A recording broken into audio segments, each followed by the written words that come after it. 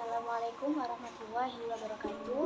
Perkenalkan, saya Siti Inayah Wulandari Nur dari Prodi KPI semester 5. Pada kesempatan kali ini saya akan mempresentasikan tugas kelas saya tentang review materi konseling keluarga. Nah, yang pertama adalah tentang definisi keluarga sakinah. Keluarga sakinah adalah keluarga yang anggotanya saling memberikan ketenangan dan ketentraman serta terpenuhinya segala unsur hajat hidup baik spiritual maupun material secara layak dan seimbang. Yang kedua adalah ciri-ciri keluarga sakinah. Nah, menurut ulama, ciri-ciri keluarga sakinah itu ada 4. Yang pertama adalah suami istri yang soleh. Yang kedua adalah anak-anaknya baik atau abror. Yang ketiga pergaulannya baik. Dan yang keempat adalah berkecukupan rezekinya, yaitu tentang sandang, pangan, dan papan. Yang selanjutnya yaitu merencanakan perkawinan yang kokoh menuju keluarga yang sakinah. Nah, yang pertama ini harus meluruskan niat, yang kedua harus mendapat persetujuan dari kedua mempelai, yang ketiga harus menikah dengan yang setara, yang keempat menikah pada usia dewasa, yang kelima mengawali dengan khitbah, kemudian memberi mahar, yang ketujuh yaitu membuat perjanjian pernikahan, dan yang terakhir adalah menyelenggarakan wali nikah. Untuk materi yang selanjutnya yaitu tentang dinamika pernikahan. Nah, berdasarkan penelitian di dunia psikologi perkawinan, secara garis besar ada 3 komponen utama yang akan mempengaruhi bentuk dan dinamika hubungan antara suami istri. Ketiga komponen itu adalah kedekatan emosi, komitmen, dan gairah. Kemudian tahap perkembangan perkawinan. Yang pertama adalah tahap penyatu, yaitu pada proses 12-18 bulan, kemudian tahap bersarang yaitu 2-3 tahun, kemudian tahap kebutuhan pribadi atau tahun ke-3-4. Selanjutnya yaitu tahap kolaborasi yaitu pada tahun ke-5-14. Kemudian tahap penyesuaian yaitu pada tahun 15-24, dan yang terakhir adalah tahap pembaruan yaitu pada tahun 25 ke atas. Ini adalah penghancur dan pembangun hubungan perkawinan. Penghancur hubungan perkawinan sendiri itu bisa terjadi karena kritik keras, sikap membenci dan merendahkan, sikap membela diri dan mencari-cari alasan, dan sikap mendiamkan atau mengabaikan. Sedangkan pembangun hubungan perkawinan sendiri itu bisa dari memahami kebutuhan masing-masing yang berbeda, kemudian kematangan diri dan komunikasi yang baik. Yang selanjutnya yaitu kebutuhan keluarga. Nah, kebutuhan keluarga sendiri ini ada 2, yaitu kebutuhan yang bersifat materi yang terdiri dari fisik seperti kebutuhan sandang, papan, pangan, dan non fisik juga seperti biaya-biaya yang terkait dengan kesehatan, pendidikan, pengamanan, rekreasi, hiburan, dan lain sebagainya. Kemudian ada kebutuhan yang bersifat imateri, yaitu seperti rasa mencintai dan dicintai, kasih sayang, rasa aman dan tidak takut, tenang dan tidak khawatir, merasa terlindungi, diperhatikan, dijaga, dihormati, dihargai, dan dipercaya. Yaitu tentang kesehatan keluarga. Nah, tugas keluarga dalam menanggulangi masalah kesehatan keluarga itu yang pertama yaitu mengenal masalah kesehatan keluarga terlebih dahulu. Kemudian memutuskan tindakan kesehatan yang tepat bagi keluarga tersebut.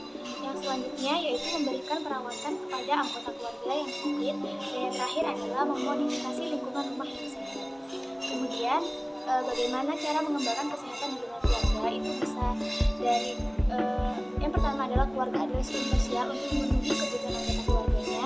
Yang kedua, keluarga harus menyediakan lingkungan yang cocok bagi reproduksi dan pengasuhan anak-anak. Dan yang terakhir adalah keluarga harus memberikan kesempatan untuk berinteraksi dan komunikasi yang lebih luas kepada masyarakat di sekitarnya. Selanjutnya yaitu definisi generasi berkualitas. Nah, generasi berkualitas itu yang pertama adalah generasi muda yang berakhlak mulia, yang kedua adalah generasi yang ulet dan mandiri, yang ketiga adalah generasi yang paham akan teknologi, termasuk perkembangan teknologi masa kini, kemudian yang terakhir adalah tidak kenal menyerah, dan yang paling terakhir adalah selalu hidup rukun baik dalam masyarakat maupun bernegara. Ciri-ciri generasi berkualitas ini bisa dilihat dari segi jasmani yang menunjukkan tingkat kesehatan yang baik. Sedangkan secara kognitif, generasi berkualitas berarti dia memiliki kemampuan berpikir yang tajam, pemahaman yang dalam, dan pengetahuan serta wawasan yang luas membantu orang lain yang berada di dalam dunia, suka bergotong royong dan senang berorganisasi.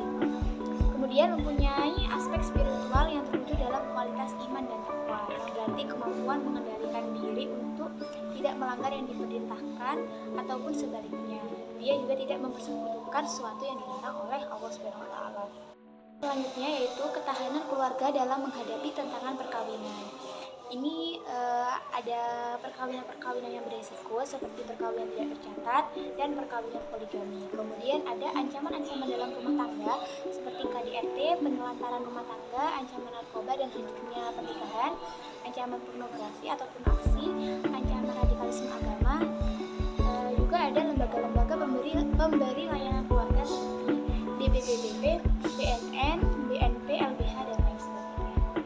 Kemudian hukum untuk melindungi keluarga yang pertama ini dimuat dalam peraturan tentang perkawinan dalam Undang-Undang Nomor 1 Tahun 1974 tentang perkawinan dan kompilasi hukum Islam.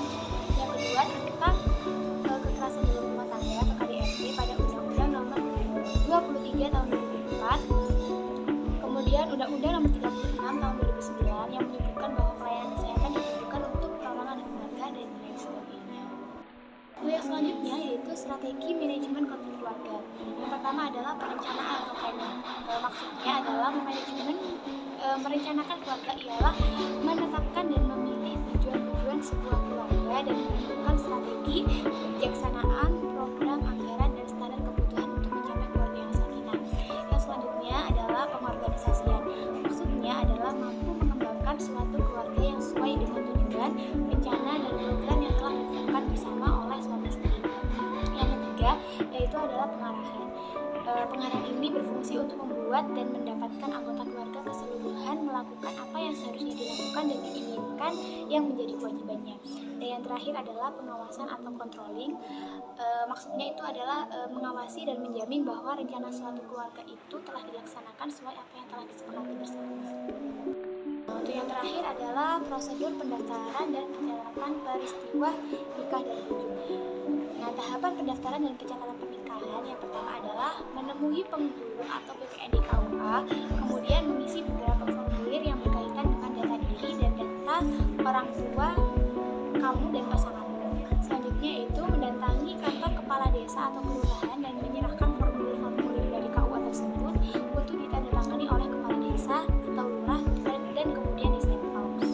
Dan yang selanjutnya yaitu menemui penghulu kembali atau BPN di KUA untuk mendaftarkan pernikahan.